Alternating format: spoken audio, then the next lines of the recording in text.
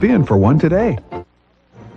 It's not over till it's over. Another military challenge today from Saddam Hussein and return fire from U.S. warplanes.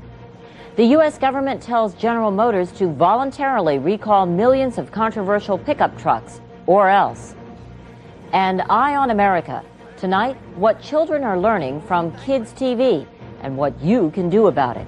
I like Beavis and Butthead on MTV because they teach you, like, this is what kids really do. This is the CBS Evening News.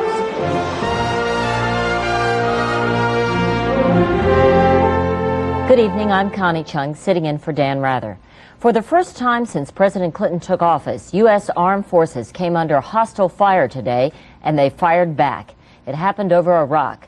No Americans were hurt, but as Jim Stewart reports, it was a taste of what the new commander-in-chief may face in the days ahead.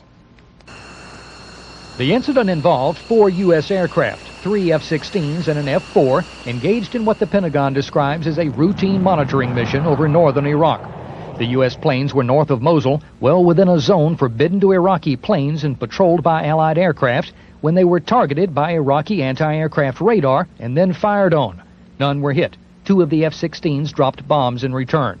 Iraq understands clearly what its obligations are in regard to the no-fly zone, and will be held solely responsible for the serious consequences of failure to comply with these obligations. U.S. officials believe the attack was deliberate, but aren't sure yet if it's the start of anything bigger. It was an incident. We'll get the details after the course. Iraqi television showed some bomb damage, but didn't explain the provocation. It was the first serious encounter between Iraqi and U.S. forces since shortly after President Clinton took office, and a reminder of just how frustrating enforcement of a no-fly zone can be. Beginning Monday, the U.S. and NATO allies will be enforcing another no-fly order, this one over Bosnia.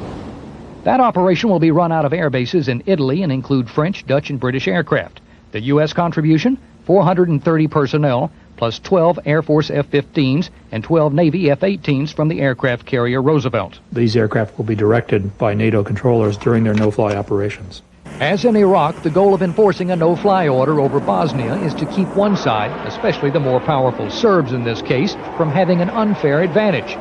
Chances of a confrontation in the skies over Bosnia seem remote. U.S. and NATO aircraft will not fire at ground targets, and pilots must issue a string of warnings before shooting at any aircraft. These so-called rules of engagement are much like the Clinton administration's overall policy right now toward both Bosnia and Iraq. Go slow, be deliberate, and use as little military muscle as possible. Jim Stewart, CBS News, the Pentagon. U.S. highway safety officials are using some muscle today in a long-running dispute over the safety of millions of General Motors pickup trucks.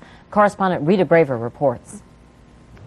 The U.S. government today asked General Motors to voluntarily recall its controversial pickup trucks, alleged to burst into flames in crashes, causing hundreds of deaths.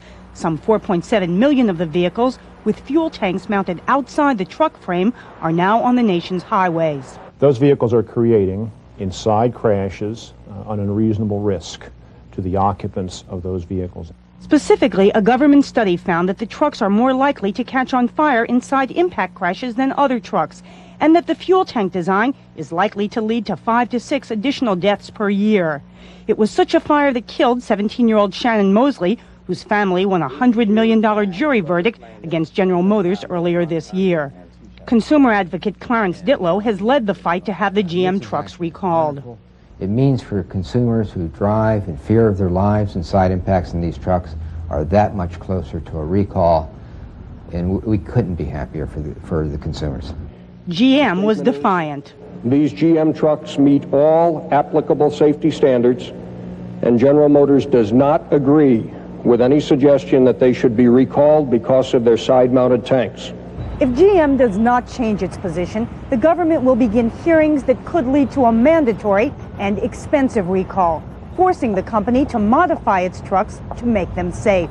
Rita Braver, CBS News, Washington. Defense lawyers told a